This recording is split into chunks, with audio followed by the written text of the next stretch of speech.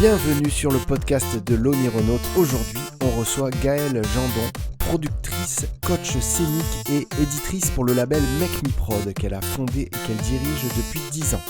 Vous allez voir qu'elle a un parcours pour le moins multidimensionnel puisqu'elle a été sophrologue, masseuse de tournée, chef d'équipe d'un spa, chanteuse, autrice, compositrice. Et avec Gaëlle, on a parlé d'hypnose, de sophrologie, d'écoute active, de rêve lucide et même de sortie hors du corps. On a évoqué aussi l'évolution des thérapies alternatives dans la société actuelle. On a parlé aussi de ses dernières claques, de ses derniers coups de cœur et bref, on a beaucoup trop parlé. Donc l'épisode, malgré quelques coupes, est le plus long qu'on ait jamais fait parce qu'on avait beaucoup de choses à se raconter et à vous partager. Salut Gaëlle. Eh ben, bonjour jeune homme. Salut Pierre. Ça fait plaisir de t'accueillir sur ce nouvel épisode du podcast de l'Onironaute. Je suis ravie. D'autant plus que on va dire que tu as un parcours plus que particulier parce que tu as eu tout un tas d'expériences différentes. On peut même parler de secteurs professionnels un peu différents. Dont certains ont un rapport direct avec ce qui nous intéresse dans ce podcast. Est-ce que tu peux nous parler un peu de tout ça, de ton parcours ? Le parcours, c'est bac littéraire.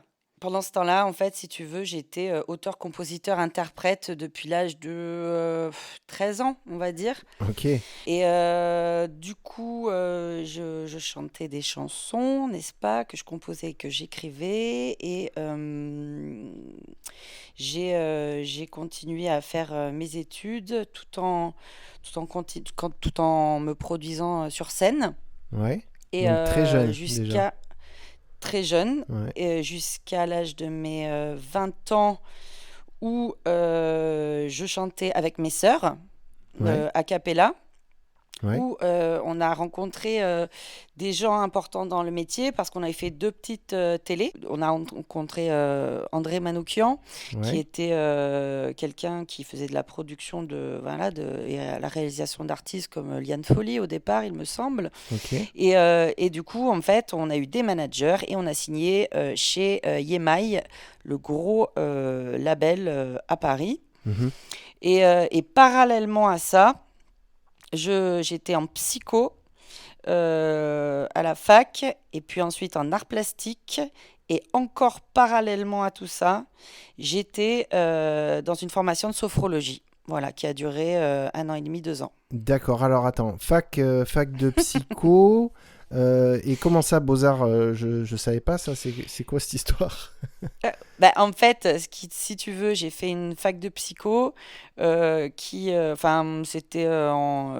fait ça 1 année. Ouais. Je me suis vite rendu compte qu'il y avait trop de monde là-dedans et D'accord. que ça m'intéressait Pas ça assez. m'intéressait énormément, Ah mais en fait, j'ai senti que c'était pas pour moi quand même, parce que en fait, il y avait des matières qui ne m'intéressaient pas, d'autres qui m'intéressaient beaucoup. Donc, j'ai choisi, en Mhm. fait, si tu veux, d'étudier les matières qui m'intéressaient même plus tard, quoi, tu vois. Mhm.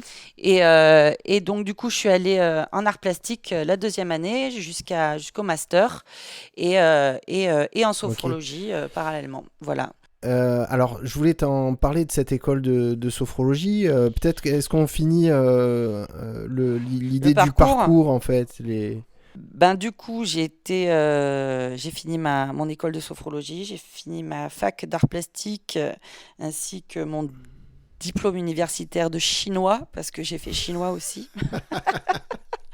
Ah non, mais c'était l'époque où tout Je était en savais même pas. temps. Donc, je suis partie en Chine Non, sérieux ? et ouais, pendant 5 mois. Et j'ai appris là-bas le massage D'accord. chinois. Ah oui. Et ce qui était chouette, parce que ça faisait un bon complément aussi à la sophrologie, Ouais. où on ne touche absolument pas les personnes en sophrologie. Et Ouais.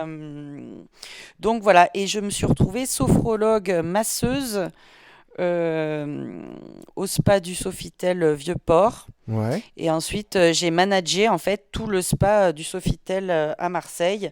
Voilà. D'accord. Donc, tu as été encadrante ou C'est ça, formatrice c'est ça. de masseur ou de masseuse dans une Alors équipe, quoi. j'ai été formatrice, j'ai été formée à d'autres massages Ouais. et j'ai été, si tu veux, aussi manager, c'est-à-dire que lorsqu'un client voulait une manucure et que, par exemple, je ne savais pas faire, Ouais. j'avais en fait des intervenants qui venaient faire tout ce dont les clients voulaient, tu D'accord. vois, coiffure, manucure, etc. Et moi, je m'occupais D'accord. du massage, etc. Voilà, de la sophrologie. Ok. Voilà. Donc ensuite, du coup, je suis partie. Alors j'ai rencontré beaucoup de monde et d'artistes surtout, et je suis partie en tournée avec eux pour faire des massages et de la sophro. Ah oui, parce qu'à un moment donné, le massage a rejoint tes activités musicales que tu avais commencé très jeune et Alors c'est ça, tes projets musicaux. c'est ça, c'est-à-dire que moi je continuais toujours mes projets musicaux, donc j'ai eu pas mal de groupes, Ouais. que ce soit des groupes de composition, des groupes de reprise de funk. J'étais même chanteuse dans un groupe de métal. Donc voilà. Et je continuais tout ça. Tu chantais Et pas en chinois quand même, parallèlement, j'espère. ben si, à un moment donné, j'ai fait une chanson en chinois, c'était obligé. Et du coup, voilà. Et ensuite, comme après je suis partie, je sais pas, je pense que j'ai toujours eu la fibre artistique, donc du coup je m'entendais super, super bien avec les artistes, Ouais. et voilà, ils m'ont pris pour partir en tournée avec eux, pour les masser, pour m'occuper, tu vois, d'eux, quoi. Il y avait un vrai accompagnement, même dans les tournages de films, etc. Je faisais ça. Ah, aussi sur Euh, des et- tournages de cinéma, t'as fait du massage aussi. oui, Ok. ouais. Et du coup, ça c'était très très chouette, une période vraiment chouette de ma vie. J'ai fait Mais beaucoup t'as dû en aussi. masser des célébrités, alors... Ah oui, oui, oui, oui, j'ai massé beaucoup de célébrités et je sais beaucoup de choses sur plein de monde dont je tairai le nom et surtout les histoires parce que c'est intéressant. Non, Les mais gens en fait nous, se... on parle d'hypnose, on n'est pas dans le people et tout ça, quoi. Donc, par exemple, le fait que t'aies fait des massages à Johnny Depp, on va même pas en parler, en fait. Non, on n'en parlera pas. Ou Vanessa Paradis, ou M, Non, non, non. Oui, non, Mathieu Chédid, on n'en parle qui est surtout pas. un immense Non, non artiste, plus. d'ailleurs. Un bon Euh, auteur aussi, puisqu'on parlait d'auteur. Alors, c'est un immense artiste et c'est quelqu'un de très très spirituel et ça, je peux le dire, qui s'intéresse exactement à tout ça. Ouais, Et c'est quelqu'un qui est super dans l'échange et dans l'écoute parce il a conscience de beaucoup de choses, en tout ouais. cas. J'ai eu des gens dans ma vie, effectivement, qui ont été des espèces de guides, tu vois. Un peu un Et mentor, quoi, un grand frère. ouais, Ouais. oui, tout à fait, ça. Et puis beaucoup, beaucoup, beaucoup d'inspiration. Oui, les gens m'inspirent en fait en général.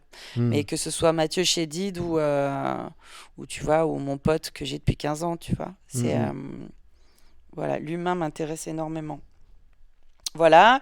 Et donc du coup, j'ai continué à faire ça. Et puis à un moment donné, euh, voilà, les concerts, j'en ai fait plus de 350 et j'ai voulu tout arrêter pour produire des artistes, voilà, créer mon petit label indépendant avec la production de disques et de spectacles. Ouais, Voilà, et ça fait 10 ans que je fais ça. Et voilà, j'ai produit une vingtaine d'artistes, tous en développement.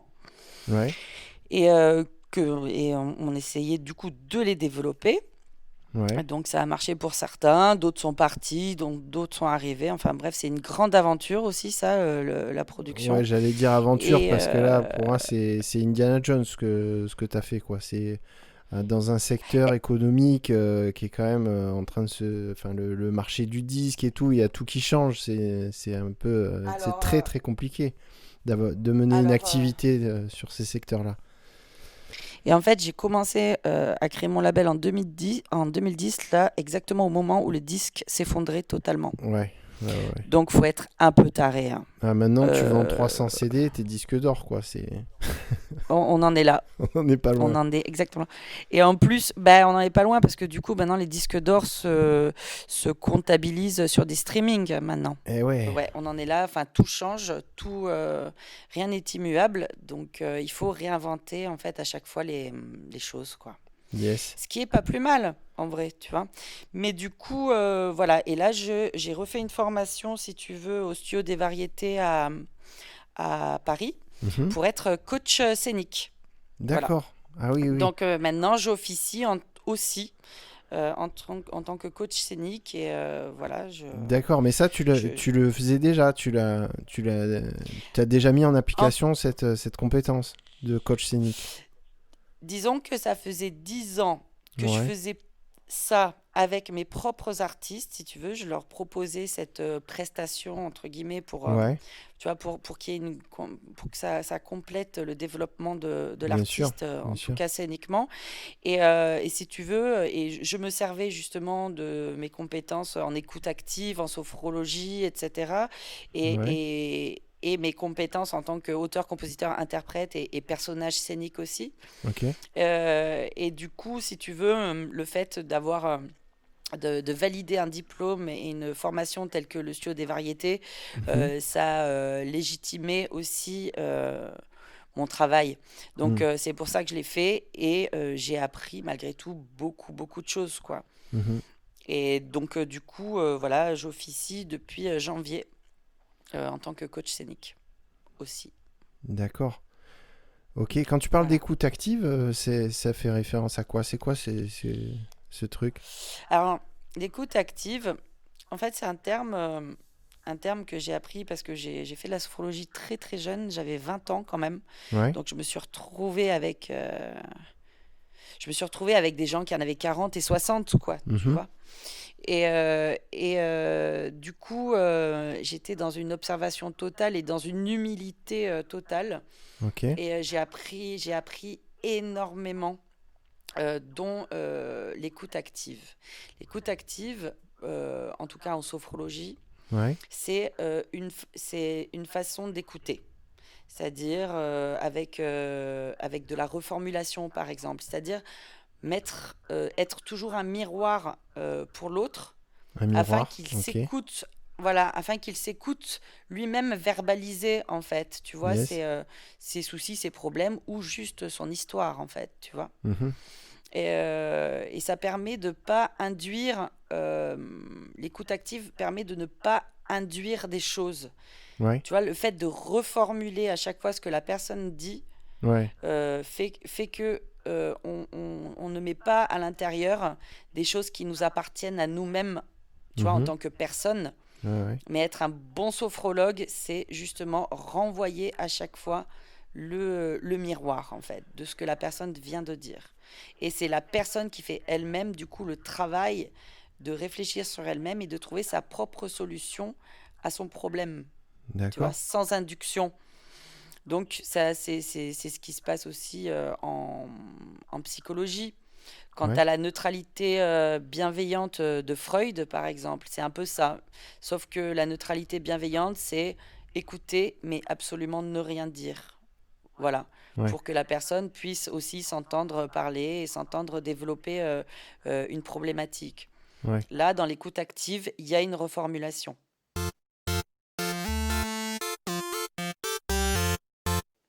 Mais ça me fait penser à l'approche PNL, la reformulation, aider la personne qu'on accompagne à mettre un petit peu les choses à plat ou à prendre un petit peu du recul sur les propres mots qui sortent, qui sont là. Et en fait, très vite, Tout à dès fait. que quelqu'un se confie, dès que quelqu'un parle, on a beaucoup de choses à analyser, beaucoup de choses intéressantes à démêler.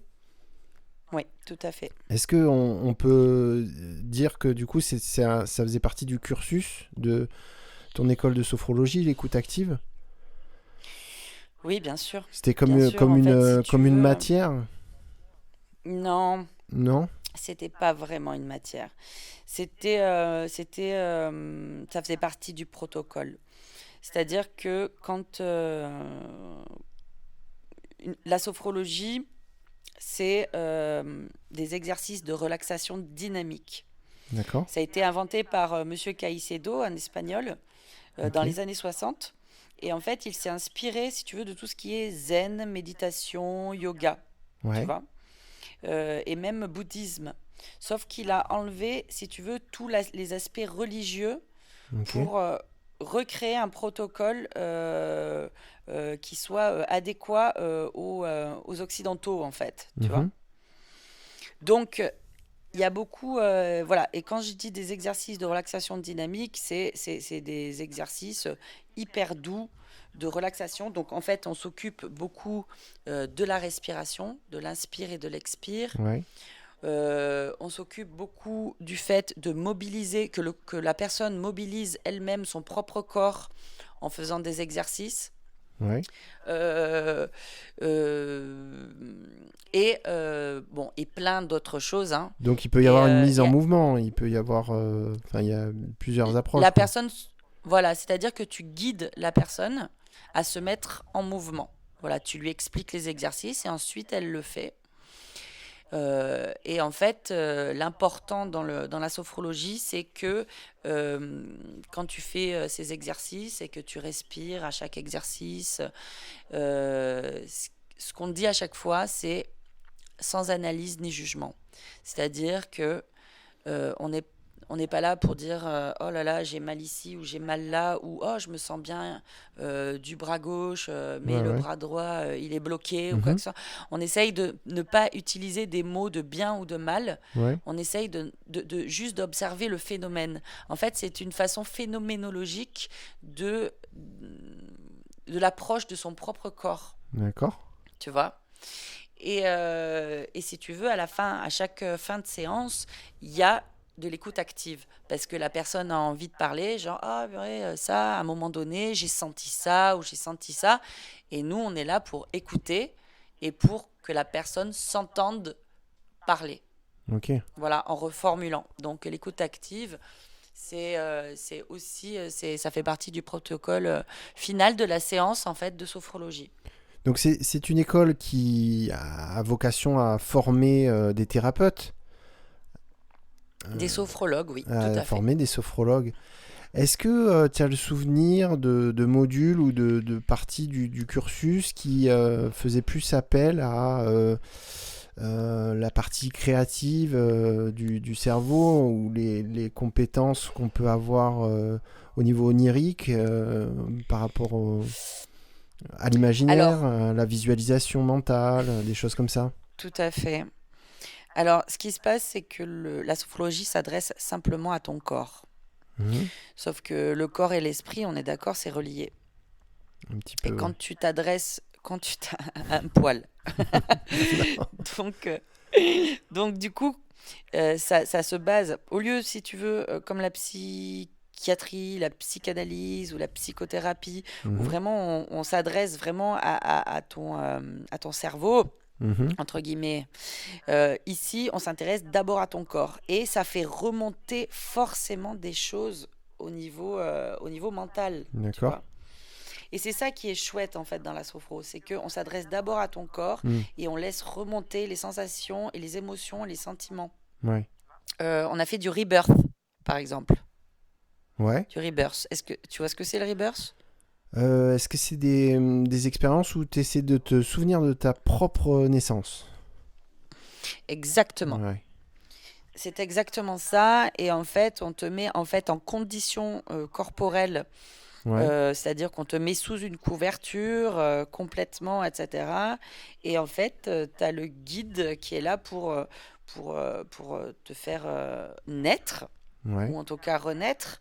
Et effectivement, les souvenirs réapparaissent naturellement parce qu'ils sont engrammés dans nos corps à tous, tu vois. Ouais, ça, t'as pu le constater toi-même? Ah bah Ouais. complètement, complètement. Anecdote pour moi. Ouais.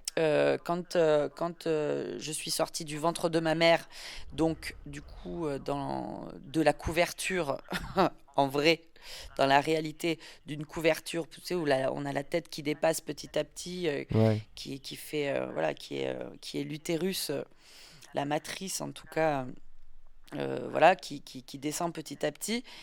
Je n'ai plus émettre aucun cri, par exemple, tu vois. Ok.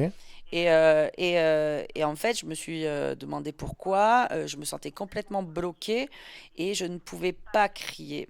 Et ça m'a créé une émotion en fait très très forte à l'intérieur de mon corps où j'avais l'impression de suffoquer, tu vois. D'accord. Et je ne savais pas pourquoi. Ça t'est Et revenu, quand j'en cette ai pas... sensation de pas pouvoir crier, ça t'est revenu, quoi. Oui, pas pouvoir être complètement bloqué, tu vois, au niveau de la gorge, Ouais, ouais. tu vois. Et forcément, j'en parle à ma mère et elle me dit, oui, effectivement, t'es né avec le cordon ombilical autour du cou. Mhm. Et le médecin, quand il a voulu le dérouler, en fait, il l'a roulé dans l'autre sens. Donc, il m'a encore plus serré la gorge, Mm. comme s'il me... Tu vois, j'avais ce Ouais, ouais. sentiment-là Enfin, il m'a entouré de l'autre... Enfin, il l'a entouré de l'autre côté au lieu de me l'enlever, en fait. Tu vois ce que je veux dire? Donc, je suis D'accord. devenue bleue. J'allais mourir et jusqu'à ce qu'il s'aperçoive de sa connerie et voilà. Et en fait, ce qui est dingue, c'est que j'ai recontacté ça dans une séance de Rebirth, Ouais. tout en ne sachant pas vraiment ce qui m'était arrivé ce moment-là, tu vois. Et c'est en ayant voilà, le récit de ma mère Mhm. voilà, où je me suis dit, ah oui, d'accord, bah forcément, c'était ça, quoi. Ah oui, d'accord, tu Donc as eu c'est... les infos après, quoi. Donc, Ouais, ça tout a à fait fait. sens. Donc voilà, il y a eu ça, et puis il y a eu des moments de transe aussi, lors d'une méditation par exemple. Ouais.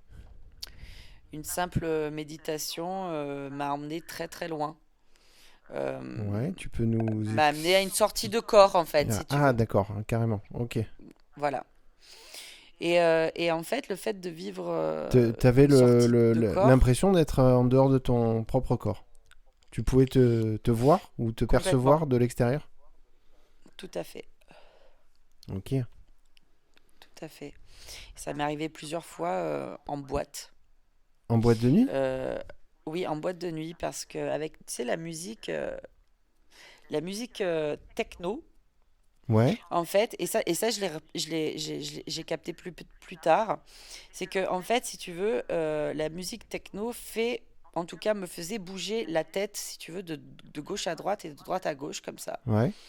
Et je faisais des sorties de corps. Ok. Voilà, bon. Au bout d'un moment, tu as l'habitude, c'est cool, même, tu vois.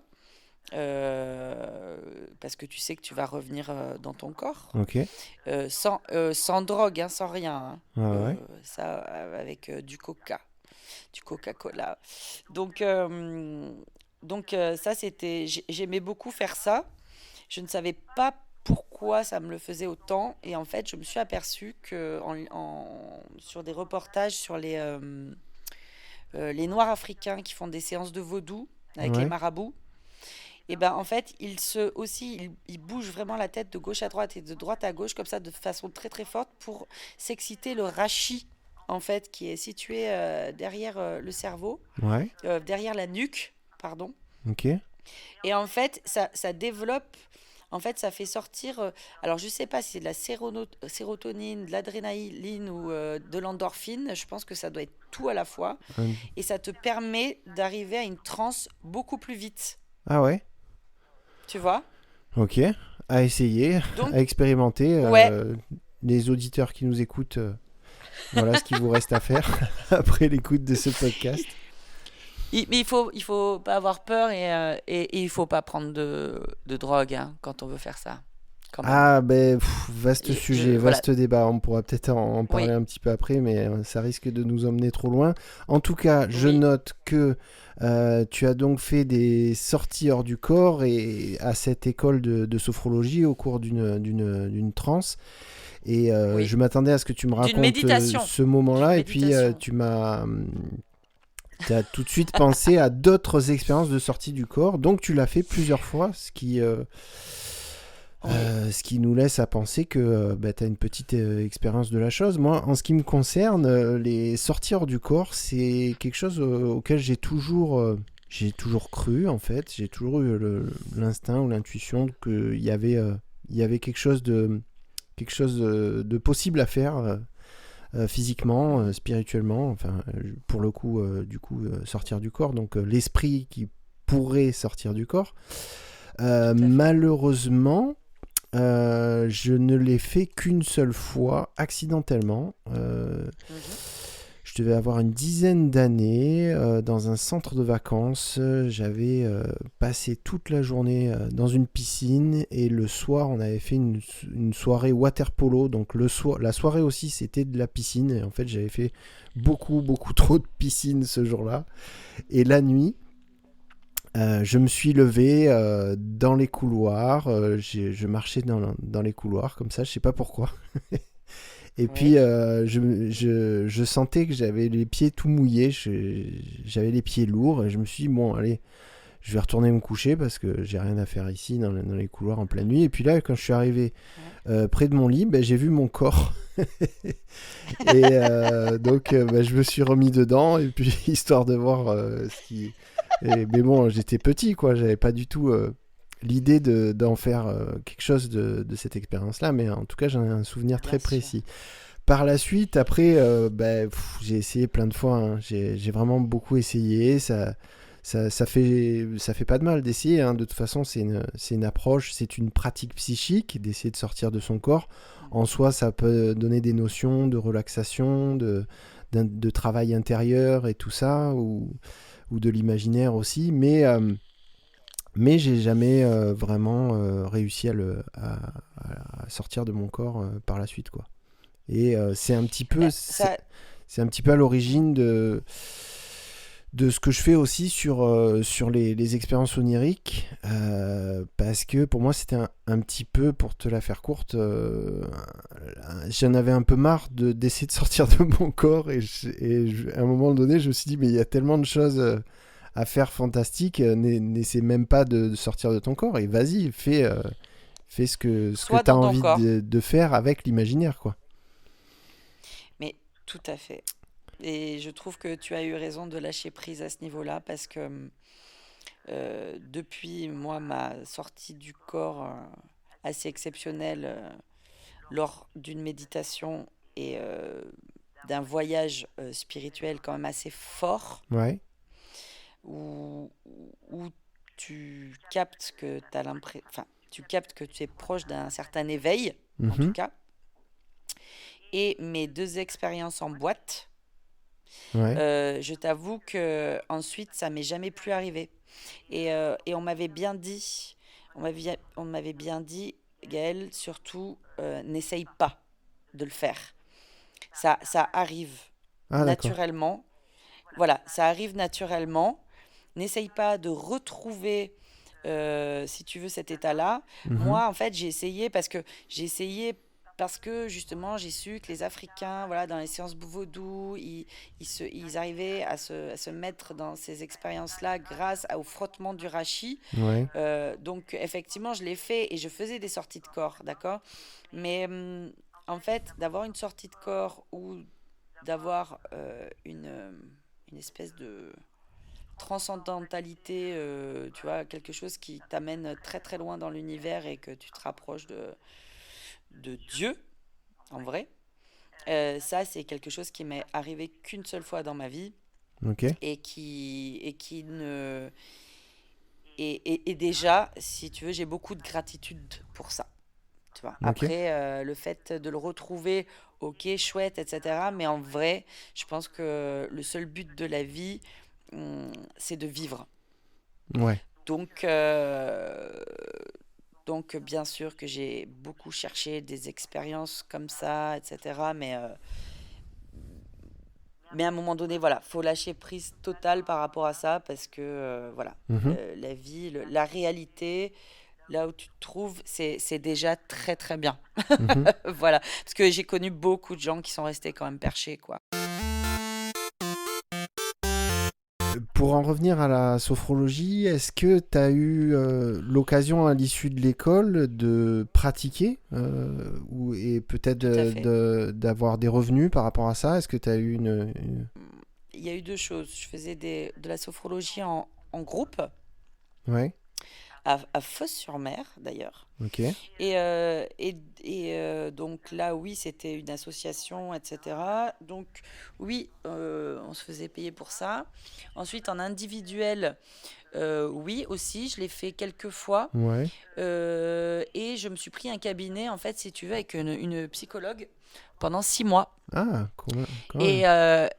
Et en fait, ce qui s'est passé, c'est que je me suis aperçue que j'étais très mauvaise, mais alors très très mauvaise pour faire ma communication, tu Ouais. vois. Ouais, surtout Et il y a quelques années, c'était encore plus différent, j'avais... encore plus dur peut-être. ah oui, c'était en 2004, Ouais. tu vois. J'avais 25 ans et j'étais toute jeune. Et, je me sentais, je pense, pas assez crédible aussi, je pense, tu Mhm. vois. Il y avait un truc qui faisait que j'avais l'impression que j'étais... c'est con, hein, mais que j'étais trop jeune pour faire ça et que je manquais de crédibilité. Ouais. Voilà. Donc, petite non-confiance en moi, là, à ce niveau-là. Et ce qui a fait que j'ai eu un client pendant 6 mois, quoi, tu vois. Ah ouais. Et j'ai dû fermer, j'ai dû arrêter de payer ce cabinet pour rien, Ouais, ouais, ouais. tu vois. Donc, quand j'ai trouvé le massage, ça a été beaucoup plus facile Hmm. et je l'alliais en fait avec la sophro. Oui, oui. Je faisais massage sophro et là c'était beaucoup plus facile parce que c'était quelque chose de plus reconnu, le massage. Mhm. Parce que la sophrologie, moi j'en ai fait en 2000 et c'était encore quelque chose Non, mais qui avait à c'est. voir avec la scientologie. Ah Tu ouais. vois, les gens ils pensaient ils C'est pensaient que j'étais dans une c'est vrai secte. que Tu ça vois ce que je ressemble veux en dire? plus, sophrologie. Mais Oui, c'est vrai que c'est pas facile pour un thérapeute, toutes ces approches alternatives, sophrologie, ostéopathie, hypnologie. Ben, c'est vrai que c'est pas ouais. facile de communiquer, quoi. Je vois que pour avoir un petit peu cherché sur ces trucs-là, sur le web, je suis tombé sur plein d'hypnothérapeutes qui font leur site, alors un peu de bric et de broc. Il y en a qui s'en sortent plutôt pas mal, il y en a qui ont quand même encore du chemin à faire en communication. C'est ça, Mais c'est ça. disons qu'il y a des gens qui se sont formés pour une discipline particulière et ils se retrouvent maintenant à devoir apprendre à communiquer là-dessus et à se faire de la publicité pour leur propre activité. Ça rajoute une Et difficulté, quoi. ça rajoute des difficultés et je pense que c'est un passage obligatoire. Ouais, Et malheureusement parce qu'on est dans une société de l'image ouais, qui fait que si tu as un site pourrave, les gens vont croire que tu es pourrave. ouais. Tu vois, c'est aussi con que ça. Tu vois. Donc, si tu penses que tu as un peu de talent dans ton métier, Hmm. il faut, euh, il faut se bouger, tu vois, le popotin pour trouver des potes graphistes ou des développeurs ou etc. Ouais. pour créer, oui, ton site Ouais, mais internet, après, tes belles cartes voilà, de c'est des visite, etc. compétences quoi. de chef d'entreprise, quoi. Eh ben oui, Moi, en je même trouve ça un temps, petit peu dommage parce que de plus en plus, moi, je constate que ça manque. C'est-à-dire que là, à Marseille, par exemple, il y a de plus en plus d'hypnothérapeutes. Je sais pas combien tout il y à en fait. a actuellement, mais tu compares à la population marseillaise et il y a un énorme besoin, quoi. Ça C'est un, reste, c'est un truc de taré. ça peut La, la- répondre à un la- besoin d'une toute petite, infime partie de la population. Alors que l'hypnose, ça pourrait vraiment faire tellement de bien sur plein de problématiques différentes de notre société, quoi. Je pense qu'on Mhm. en est qu'au début, quoi. Mais toutes les médecines, si tu veux, un petit peu parallèles, comme tu vois, on parlait de la programmation neurolinguistique, même la sophrologie, l'hypnothérapie, même tout ce qui est naturopathie, Ouais, homéopathie, psychogénéalogie aussi, ça c'est aussi, assez ouais, ouais. révolutionnaire pour moi parce que je connais très bien. Tu vois, tout ce genre de choses, c'est éthiopathie. Maintenant, j'ai vu qu'il y avait de l'éthiopathie aussi. Ah ouais, Et en fait, c'est de la kinésiologie. Enfin, voilà, il y a un boom ouais. de toutes ces médecines parallèles qui sont arrivées depuis une quinzaine d'années. Mhm. Je trouve ça personnellement très bien Ouais. parce que ça amène les gens un petit peu à réfléchir sur la façon de se soigner Mhm. et pas rester sur quelque chose d'allopathique où tu as mal Mm. quelque part, on te donne un médicament. Donc moi je trouve ça génial. Après, il y a à boire et à manger, comme on dit, quoi. Tu vois ce que je veux dire? Ouais. Ouais, ouais, ouais. C'est-à-dire que effectivement, il y a des charlatans. Moi, j'ai vu des médecins généralistes qui mettaient sophrologue sur leur plaque, Ouais. alors qu'ils ont fait 2 séances de sophrologie, quoi. Ouais, ouais. Tu vois? Mm, mm. Il y a tout ce système-là. Par exemple, comme les psychanalystes, hein. Psychanalyste, tu peux dès demain te mettre une plaque de psychanalyste, hein. C'est un C'est peu ce pas. que tu disais tout à l'heure, c'est que quelque part, hein, la confiance, il faut un petit peu la gagner et c'est au thérapeute à communiquer d'une manière honnête et C'est voilà, ça. à gagner la confiance de ses patients. Enfin, on ne peut pas dire patient, je crois qu'on est Bah, obligé de dire client d'ailleurs quand on fait ces ouais, pratiques-là. je sais. Mm. Ce qui est assez bizarre parce que oui, les patients sont réservés à la médecine allopathique et le massage est réservé au kinésithérapeute. C'est-à-dire que moi, en vrai, je faisais pas du massage, je faisais du modelage Mhm. parce que le mot est déposé par les kinésithérapeutes.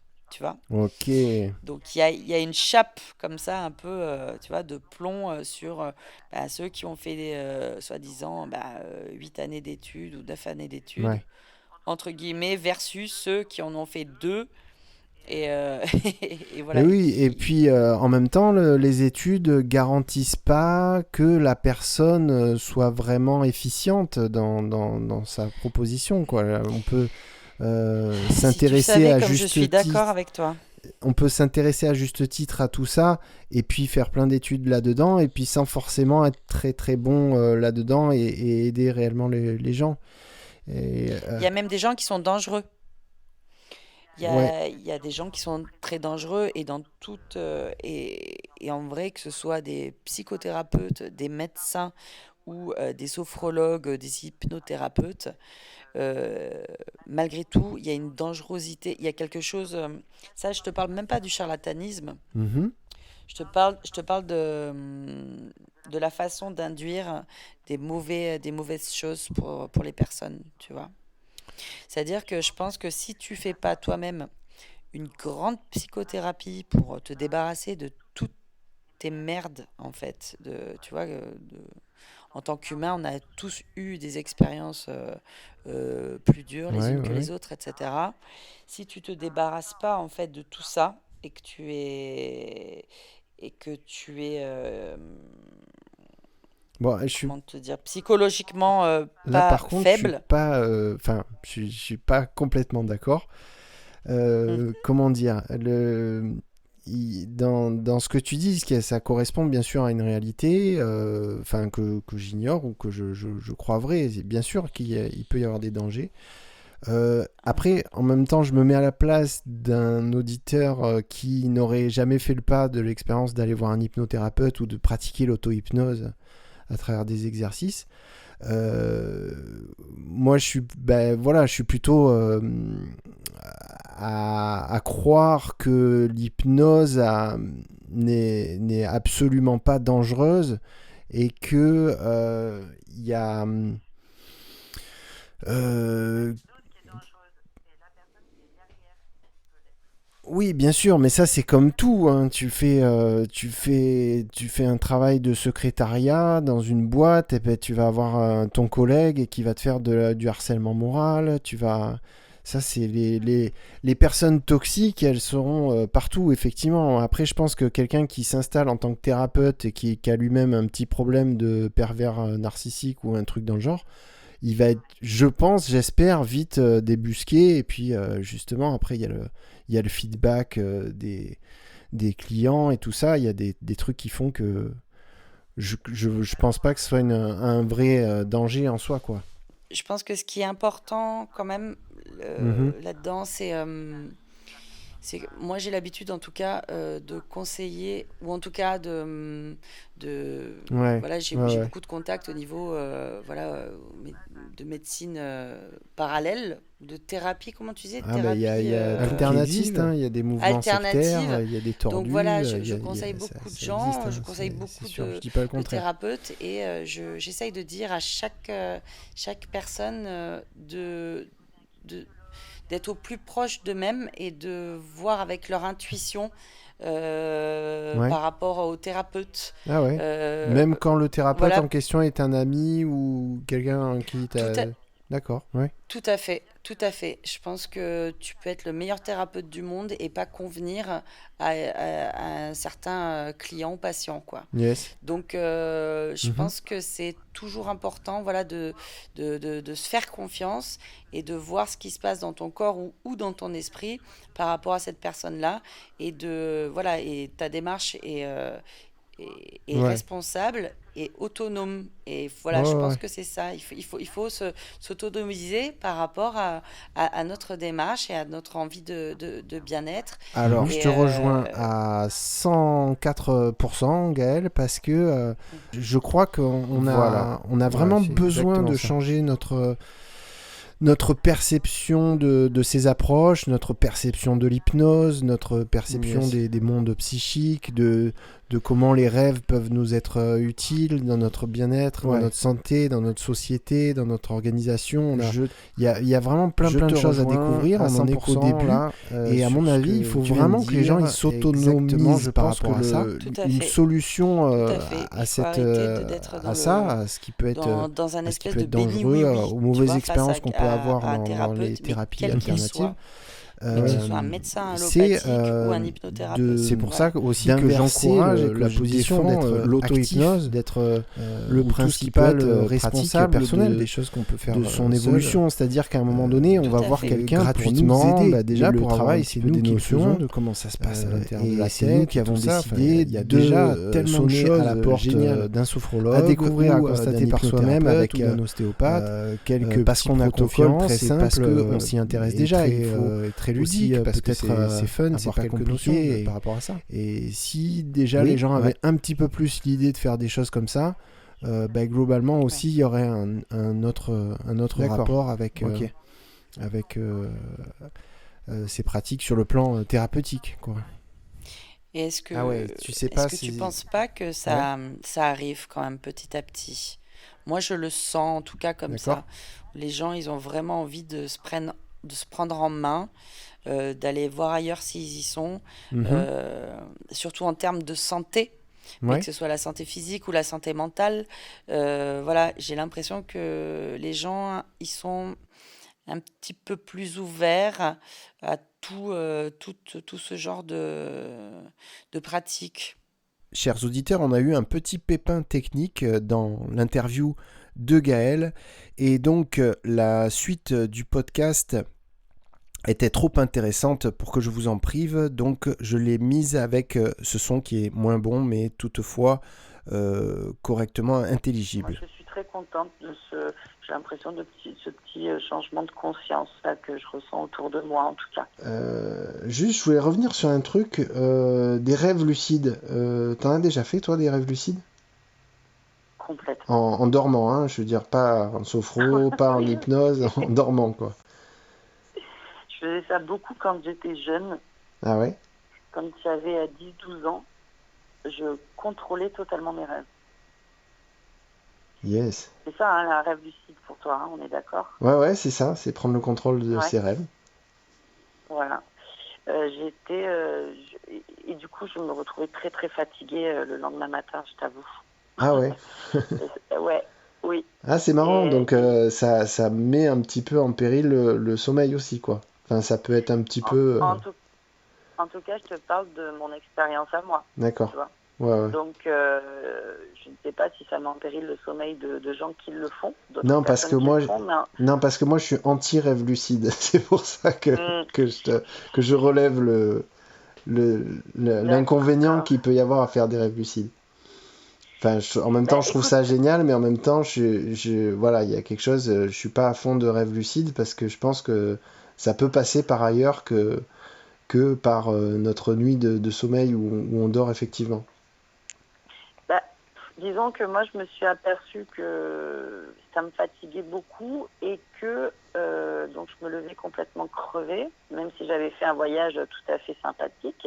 Ouais. Et ce qu'il y a, c'est que je me suis aperçue quand même assez vite que je laissais pas mon inconscient faire son boulot, tu vois. Mhm. Et en fait, pour moi, en tout cas, les rêves la nuit sert à, si tu veux, mettre à la poubelle certaines choses, ou en tout cas, ou les faire émerger pour te faire prendre conscience de peut-être quelque chose d'autre, etc.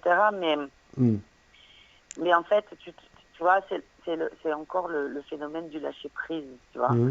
C'est quand tu es toujours dans le contrôle, jusqu'à contrôler tes propres rêves, Ouais. waouh, il y a quand même un truc qui, pour moi, n'est pas sain, en tout cas. Ah ouais. Voilà. Donc j'ai arrêté complètement. Et je laisse faire mon inconscient. ouais, c'est un besoin physiologique et le sommeil, voilà, c'est. Cependant, je note toujours mes rêves. Je suis Ah ouais, mais ça c'est autre chose, parce voilà. que ce qui reste, ça reste pas pour rien, et quand il y a des trucs qui restent des nos rêves, ça peut être utile à noter. Mais le fait d'écrire, d'ailleurs, c'est génial. Moi, je le dis souvent dans ce podcast, l'écriture en soi est une démarche de l'esprit qui est très très profitable et qui peut vous apporter vraiment, vraiment beaucoup, quoi. Le fait de sortir ce qu'on a dans la tête, de le sortir par écrit quelque part, sur un éditeur de texte, un smartphone ou un bon vieux papier crayon, quoi. Oui. Revenons au papier crayon. C'est pas ce que je voulais dire. Gaëlle, je voulais te demander ce que tu avais pensé. Je sais que tu as écouté une expérience onirique guidée il y a quelque temps, que tu as dû en penser des choses. Qu'est-ce que tu pourrais nous en dire? Comment tu as senti ça? Alors, effectivement, alors, ce que j'ai trouvé hyper agréable, déjà, c'est que tu nous fais voyager, en fait, complètement, tu vois. On ne sait pas du tout où on va et on voyage. Okay. On voyage dans un univers que toi seul tu décris. Et je me suis dit, tiens, il faut quand même avoir un certain... encore une fois, pardon, mais encore un certain lâcher-prise pour pouvoir, si tu veux, te suivre comme ça, tu vois. Ouais. Il y a quand même... Tu vois, je me suis dit, tiens, est-ce que toutes les personnes sont à même de pouvoir, tu vois, se laisser aller dans ce que tu nous proposes. Mm-hmm. Je me suis posé cette question. Moi, je l'ai fait très facilement parce que j'ai l'habitude, en fait, si tu veux, de ça. D'accord. Tu vois. Donc, moi, mais en même temps, tu avais un regard sur est-ce que ça peut marcher, est-ce que comment les gens ils vont prendre ça. Ouais, je me suis demandé après, et puis en fait, tu veux, alors comment te dire ça? Ce qui est génial dans cette hypnose fictionnelle, je dirais, est-ce que c'est ça le mot? Peut-être ouais, c'est ça. Absolument, c'est ça. Ouais. C'est que c'est comme quand tu lis un bon bouquin. Ouais. Tu vois, c'est-à-dire que tu es toujours conscient et tu as ton imaginaire qui travaille. Mm-hmm. Tu vois. Et effectivement, c'est toi qui t'inventes presque le décor, ou en tout cas les couleurs quand le décor est dit, les personnages, tu les vois, etc. Et en fait, ce qu'il y a, c'est que ton imaginaire travaille quand tu lis un bon bouquin, et il travaille quand tu participes à cette hypnose onirique, pour moi. Ce qui est complètement différent d'une réalité augmentée, par exemple des casques à réalité augmentée, où on t'impose, si tu veux, un scénario, enfin des images en tout cas, ou un film où on t'impose des images. Oui, ce qui est génial aussi, enfin j'aime beaucoup, mais c'est vrai que c'est des formats où tout est posé, moi, quoi. voilà, j'adore l'expérience du filmique, j'adore l'expérience des séries, j'adore l'expérience des casques à la réalité augmentée. Je trouve ça vraiment chouette.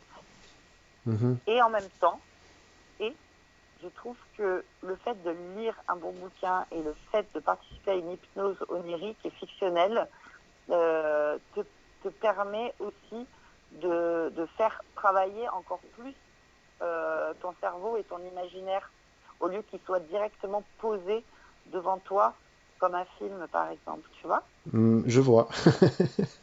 Tu en parles très très bien, effectivement. Voilà, et voilà, donc du coup, moi j'ai trouvé ça très très chouette. Moi je suis allée dedans très facilement et ça m'a permis un voyage différent de ce que tu peux faire en lisant un livre, en regardant une BD ou un film ou une série. Voilà, je trouve que c'est presque complémentaire. Ouais, voilà. Ce que tu dis, ça me fait penser à un élément qui a été déterminant pour moi en amont, avant d'avoir l'idée de proposer des expériences oniriques guidées en audio, qui a été la lecture de La Recherche du temps perdu de Proust, donc un monument de la littérature que je connaissais un petit peu comme tout le monde sans l'avoir jamais lu. Je suis tombé dedans il y a peut-être un mois avant d'avoir cette idée des expériences oniriques. Ça a été un choc littéraire comme jamais auparavant. En fait, ça a été la rencontre vraiment avec l'écriture, avec une façon de penser, une façon d'agencer les phrases et les descriptions et de faire appel comme une spirale sensorielle successive à l'odorat, à la vue. C'était vraiment hyper impressionnant. Je suis devenu proustien sur le champ, quoi. Alors que je lisais pas beaucoup de romans par la suite. J'étais pas trop roman, là. J'étais plus essai politique, écologique, tout ça. Ou historique. J'étais assez passionné d'histoire par le passé, je suis toujours, mais là vraiment au niveau littérature, il y a eu un avant et un après, et pour moi Proust a été déterminant sur ce projet, quoi. Tout à fait, je vois. Et c'est vrai que quand on lit, on convoque plus notre imaginaire, on a plus besoin de le mettre en action, et quelque part j'hésite un peu à employer ce terme-là parce que c'est un peu connoté, mais quelque part on se muscle l'imaginaire, quoi. Moi je trouve que c'est très bien comme expression, on se muscle l'imaginaire. Ouais, voilà, ouais. Je trouve qu'on devrait plus se muscler l'imaginaire en fait, ouais. dans le monde matriciel dans lequel on est, quoi, tu vois. Ouais. Donc ouais, moi j'aime beaucoup cette expression, ouais, musclons-nous l'imaginaire, j'adore. Et du coup, on va passer à la dernière question, Gaëlle. C'est la dernière question, je la pose à chacun de mes invités. Et c'est la question que je l'ai appelée la question de la dernière claque. Parce que c'est la claque au sens qu'est-ce qui t'a mis une claque, comme livre, comme film, comme ça peut être une BD, ça peut être un jeu vidéo, ça peut être un clip, une chanson, un concert, je sais pas, qui est on va dire sur l'année qui vient de s'écouler, par exemple. Quelle est ta dernière claque, Gaëlle? Alors, claque visuelle et limite spirituelle, c'est le film de Ari Aster qui s'appelle Midsommar. Ouais. Je sais pas si tu l'as vu, mais je te le conseille et je vous le conseille vivement. D'accord. C'est un film d'horreur qui se passe en plein jour. Ok. Mais avec dans une secte en Suède. Voilà. Et lors d'une fête annuelle qui s'appelle le Midsommar. Okay. Et écoute, grosse claque visuelle, la façon dont il monte le film, la façon dont il il inscrit ses personnages dans un caractère spécifique. La façon dont il déroule son scénario, enfin bon bref, moi j'ai beaucoup aimé. Ok. Énormément. Ok. Voilà, Midsommar. Ça fait peur. Au niveau film, au niveau bouquin, le dernier que j'ai lu, il était très très chouette. Ouais. Ça s'appelle, alors attends, merde, comment il s'appelle ce livre? Parce que j'oublie souvent les titres. Tu lis comment, toi? T'as une liseuse ou tu lis toujours non, des livres? Non. Papier. Ça me fait mal aux yeux, je peux pas lire sur une liseuse. Ah, attends, on va pas être d'accord alors. Ah ouais? Ah, moi j'adore ça. Je m'en suis offert une à mon anniversaire d'il y a 2 ans et franchement, j'ai jamais rien acheté d'aussi utile comme objet. C'est vrai? Ah ouais, carrément, j'adore ça. C'est trop bien. Ok. Bon, t'es sponsorisé par une liseuse précise? Ben non, pas du tout. Non, mais...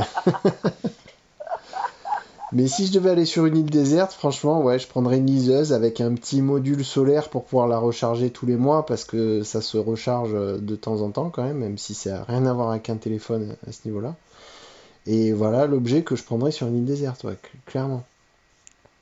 Okay, attends, c'est trop bien, quoi. Peut-être que j'ai pas essayé assez longtemps, je ne sais pas. Alors, est-ce que tu as retrouvé dans ta mémoire le livre?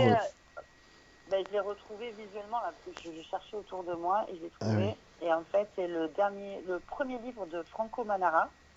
Ok. Qui s'appelle Je m'appelle Birdie et qui a été fait en 2000, je ne sais plus en quelle année exactement. Et c'est important parce que c'est rigolo, c'est sur l'histoire d'à peu près ce qui se passe au Bataclan, en fait. D'accord. Ce qui s'est passé au Bataclan. D'accord. Et en fait, il l'avait, entre guillemets, prédit dans son bouquin. Ok. Donc, du coup, c'est assez intéressant de... Ah, il a écrit avant? Ouais, il a écrit avant. D'accord. Donc, ouais, j'ai trouvé ça hyper chouette. C'est un détective, en fait, qui suit une petite nénette qui s'appelle Birdie. Et voilà, il va vivre avec elle tous les côtés obscurs et la joie de l'amour dans toutes ses formes variées. Gaël, je te remercie. J'ai été très honoré, très content de t'écouter. Je crois qu'on a vu du pays dans notre conversation. On a abordé plein de choses intéressantes. J'invite les gens à aller voir plus loin de leur côté sur tous ces trucs-là. Ouais. Et voilà, merci beaucoup. Eh ben, merci à toi, Pierre. J'aurais bien discuté encore 2 heures avec toi, je t'avoue. À plus tard, au revoir. Salut. Voilà, nous arrivons au terme de cet épisode. Encore désolé pour le petit pépin technique. J'espère que ce qu'a dit Gaël a pu vous inspirer ou vous a donné envie de partir à la conquête de votre propre imaginaire. Retrouvez mes articles sur ces sujets sur onigate.com, le portail de l'hypnose ludique et des capacités de l'esprit. À bientôt mes onironautes.